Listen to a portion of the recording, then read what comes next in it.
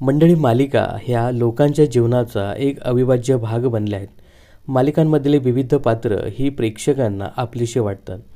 तर गेल्याच महिन्यात सुख म्हणजे नक्की काय असतं या मालिकेने प्रेक्षकांचा निरोप घेतला. यानंतर या मालिकेचं कथानक 25 वर्षांनी पुढे ढकललं गेलं. तर गौरी जयदीप यांच्या प्रेमाचा शेवट होऊन आता ही कथा पुनर्जन्माच्या रूपाने पुढे आली आहे. यामध्ये गौरीची आता नित्या झाली, तर जयदीप आता अधिराजच्या भूमिकेत झळकला आहे.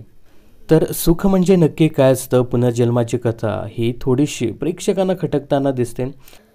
शालिनीला पुन्हा आणा असं प्रेक्षक सांगत असतानाच आता सुख म्हणजे नक्की काय असतं या मालिकेच्या पहिल्या भागामध्ये शालिनी हे पात्र रंगवणारी अभिनेत्री माधवी निमकरची पुन्हा एकदा या मालिकेमध्ये एंट्री होणार आहे. तर या पुढच्या भागामध्ये त्या शालिनी शिर्के पाटील याच भूमिकेत येतात की वेगळ्या भूमिकेत येतात हे पाहणं खरंच खूप इंटरेस्टिंग ठरणार आहे.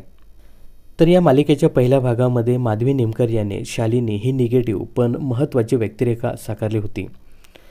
तर या भूमिकेला प्रेक्षकांची चांगली पसंती मिळाल्यानंतर पुन्हा एकदा या नव्या मालिकेमध्ये शालिनी हवी असं प्रेक्षकांचं मत होतं.